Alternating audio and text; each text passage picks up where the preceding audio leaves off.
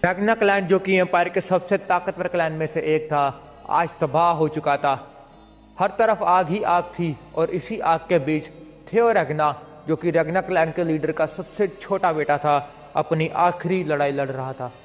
थियो सबसे छोटा होने के कारण बहुत कमज़ोर था और इसे लड़ने में इसी वजह से बहुत दिक्कत हो रही थी।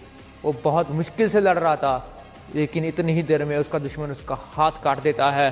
थियो हाथ कटने की वजह से नीचे गिर जाता है और जैसे ही वो सर उठा के देखता है तो उसका दुश्मन मास्क हटाता है। मास्क के पीछे कोई और नहीं बल्कि उसका खुद का टीचर रनडाउन था और थियो को नीचे पड़ा देख के हंसने लगता है।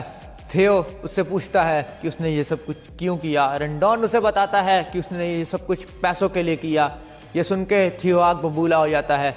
जैसे ही वो रनडाउन को कुछ कहने लगता है, उसका दूसरा साथी थियो की माँ की लाश को घसीटते हुए उसके सामने ला के रख देता है। थियो अपनी माँ की लाश को देख के टूट जाता है। रनडाउन थियो के सर को पकड़ के उसकी माँ की लाश को दिखाता है और उसे कहता है कि ये सब कुछ उसी की गलती है, ये सब कुछ उसी की वजह से हुआ है क्योंकि वो कमज़ोर था। थियो खुद को कोसता है, लेकिन हिम्मत करके वो रनडाउन को मारने की कोशिश करता है। इतनी ही देर में रनडाउन का साथी उसे बचा लेता है और थियो को मार देता है। थियो अपनी आंखों को बंद करते करते यही उम्मीद कर रहा था कि काश कोई चमत्कार हो जाए और वो ये सब कुछ होने से बचा ले, और चमत्कार होता भी है।